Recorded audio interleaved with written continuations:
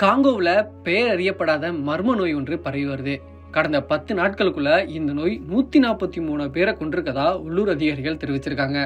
பாதிக்கப்பட்டவங்களுக்கு அதிக காய்ச்சல், கடுமையான தலைவலி, சளி, உடல்வலி போன்ற அறிகுறிகள் இருப்பதா காங்கோவில் உள்ள குவாங்கோ மாகாணத்தின் துணை ஆளுநரான ரெமிசாகி மற்றும் மாகாண சுகாதார அமைச்சர் அப்லினர் யூமா ஆகியோர் தெரிவிச்சிருக்காங்க.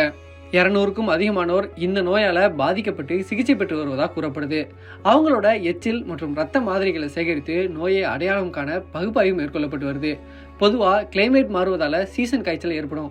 அதுபோல இந்த நோய் ஏற்பட்டு வருது. இது காய்ச்சல் போல இருந்தாலும் காய்ச்சல் இல்லைன்னு சொல்றாங்க.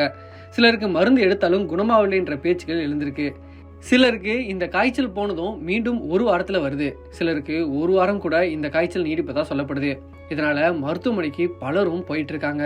அதாவது அவ்வளவு எளிதா இந்த காய்ச்சல் குணமாவதில்லை அப்படின்னு சொல்லிட்டு இருக்காங்க. நேரம் செல்ல செல்ல உடல் மோசமாகி மூச்சு விடுவதில் சிரமம் ஏற்பட்டு கடைசியில மரணம் அடைகிறாங்க. கொரோனா போல இருந்தாலும் கொரோனாவை விட மோசமாக இது இருப்பதா அந்நாட்டு மக்கள் சொல்லிட்டு இருக்காங்க. இதன் காரணமாகவே கடந்த 10 நாட்களுக்குள்ள இந்த நோய் 143 பேரை கொண்டிருக்கதா உள்ளூர் அதிகாரிகள் தெரிவிச்சிருக்காங்க. மாதிரிகளை சேகரித்து நோயை அடையாளம் காண மருத்துவ குழு ஒன்று பான்சி சுகாதார மண்டலத்திற்கு அனுப்பப்பட்டிருக்கு. குவாங்கோ மாகாணத்தின் பான்சி சுகாதார மண்டலத்தில் நவம்பர் 10 மற்றும் நவம்பர் 25க்கு இடையில இந்த இறப்புகள் நிகழ்ந்திருக்கு. காய்ச்சல், தலைவலி, இருமல் மற்றும் இரத்த சோகை ஆகியவை அறிகுறிகளாக அறிவிக்கப்பட்டிருக்கு. காங்கோவில் ஏற்கனவே எம்பாக்ஸ் தொற்று நோய் பரவி வருது. இதன் விளைவாக 47,000க்கும் மேற்பட்டோர் பாதிக்கப்பட்டிருக்காங்க. 1,500 பேர் வரை பலியாகி இருக்காங்க.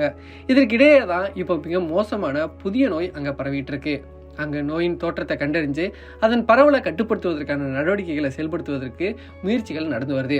இந்த புதிய நோய் பரவல் மற்றும் நடந்து கொண்டிருக்கும் எம்பாக்ஸ் தொற்று நோய் 2யுமே நிர்வகிக்க அதிகாரிகள் தீவிரமாக ஆலோசனை செஞ்சு வர்றாங்க.